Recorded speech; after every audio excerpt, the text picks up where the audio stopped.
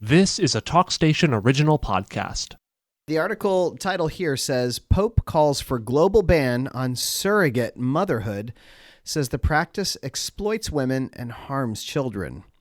This is an article written by Mark Kellner, and it says that Pope Francis on Monday called for an international ban on surrogate motherhood, calling it deplorable.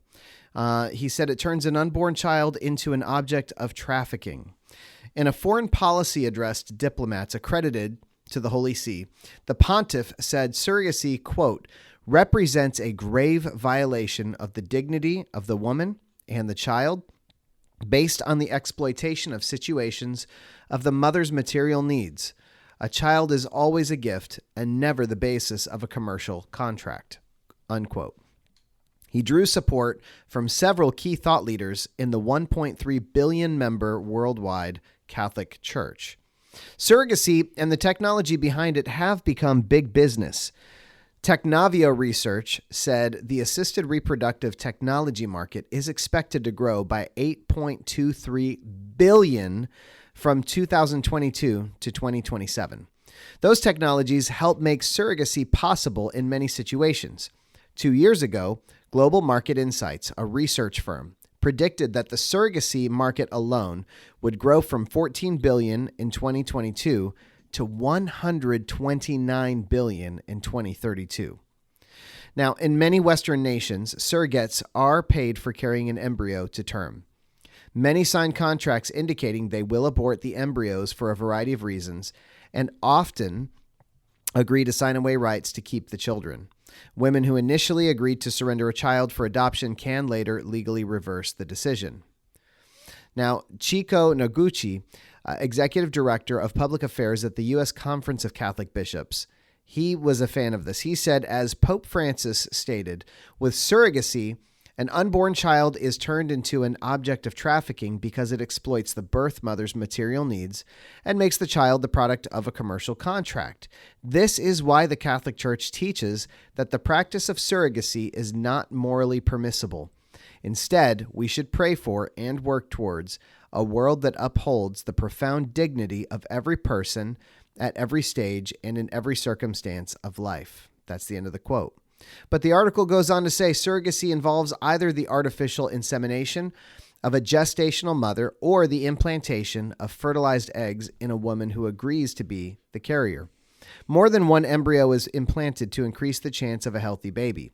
Critics say embryos deemed less healthy or viable are reduced through abortion.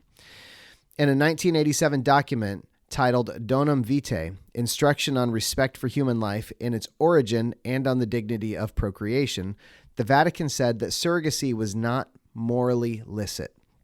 But those seen as likely supporters of surrogacy were notably silent in response to the papal remarks.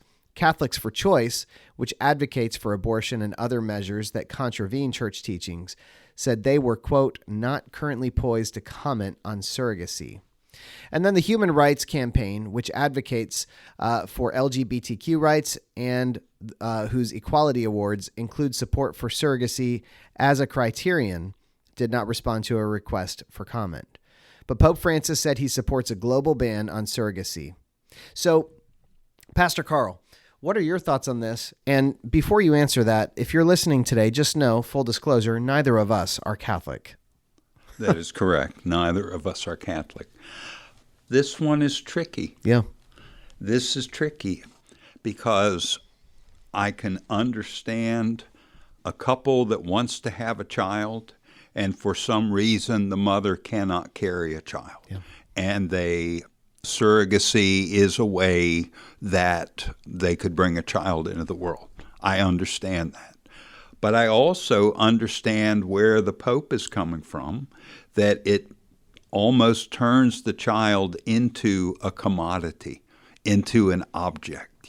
We want to have a baby. We'll pay this person so much money and we'll make a baby with this person. Yeah. And I understand where there's some moral issues going on there. And then the fact that, you would implant multiple embryos in hope that one would take. Right. And that if something doesn't go right, well, it's in the paperwork that we can abort that and just put an end to this business transaction, if you will. Yeah. And it really kind of cheapens the human life. It does. But so what about a scenario where you have a married couple who can't conceive, but they have a friend who is willing to carry for them? Right. Does that seem different? To me, that seems different. Yeah. If you are just I'm a professional surrogate. I'll go out and I'll have children for people. I was watching some program on television where there was a couple trying to have a child, and they were contacted by a woman who had multiple children for multiple couples, and she just said, "This is what I do, and I'm very fertile, and it's very easy for me to have children, and we'll sign on the dotted line here, and you'll have a baby." That I have an issue with. Sure. Yeah. But if it was a family friend or something like that, and they were trying to help a couple out of empathy, out of compassion, out of love, not out of money, not out of a business transaction, then I would look at that differently. Yeah, I do too. And I understand some people may have a more hard stance one way or the other on it. But again, the why does matter on a great many things.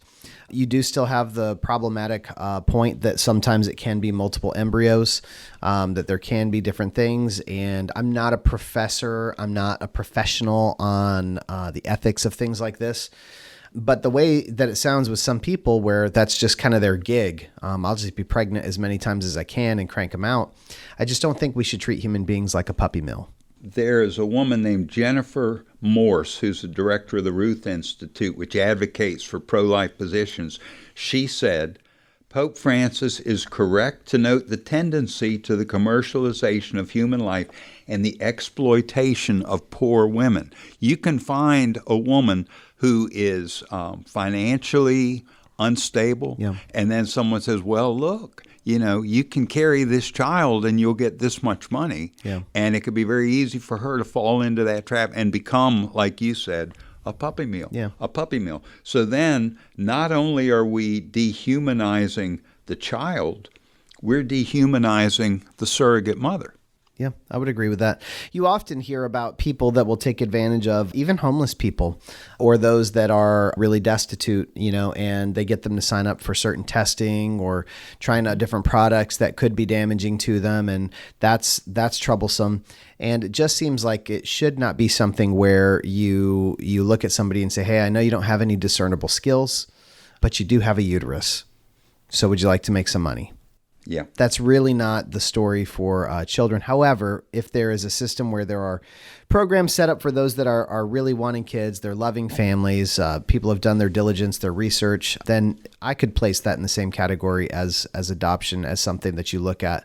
But it is a complicated situation no matter which way you look at it. One of the questions that comes up in this article is, what of biblical examples of surrogacy, such as Abraham's impregnating Hagar to produce a son, or Jacob having a child with Bilhah, his wife's handmaid? How would you respond to that? Well, I would say both of those, it didn't go great. Well, this is true. So, but I think it's also worth saying, actually, I'm glad you brought this up. It's worth saying this, especially in the case of Abraham. They were dealing with a promise from God. And I would say anytime you try to take God's promise and then you try to be the one to manifest it on your own terms, you're in trouble. Now, if God sends you like a great friend or a sister, or there's somebody who's willing to do something that helps you in this, I'm not saying that all surrogate mothers are wrong or anything. I'm just saying that when God gives you a blessing, he's the one that fulfills it, if he proclaims it. And their big mistake was them trying to do it on their own. And they both had their bouts about not believing. It's actually one of my favorite scriptures in the Old Testament where Sarah hears them talking about it and she laughs. And then the Lord said, why did you laugh? And she says, I didn't. And he says, this time next year, you'll have a baby, but you did laugh. The Lord gets the last word there.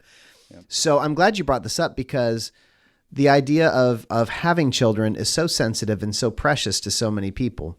I'd really encourage you to seek the Lord. I'd really encourage you to seek the Lord for his will for his guidance. A lot of times we ask him for his will and we neglect to seek his guidance. But ask for his guidance about what the right path is as you head towards parenthood, if you head towards parenthood. But whatever you decide, the lives that are to come are every bit as important as the lives that are here. Yes, they are. Every life is precious. Everybody who is born is loved by God. Everybody who is conceived is loved by God. And people need to remember that. Nobody is any less valuable than anybody else. No, at any stage of their life, this side or the other side of the womb. The article also points out that Scripture is clear that from the beginning of Genesis, marriage was supposed to be a lifelong monogamous union that produces children. That was God's plan for humanity, Sure. and that's how it works.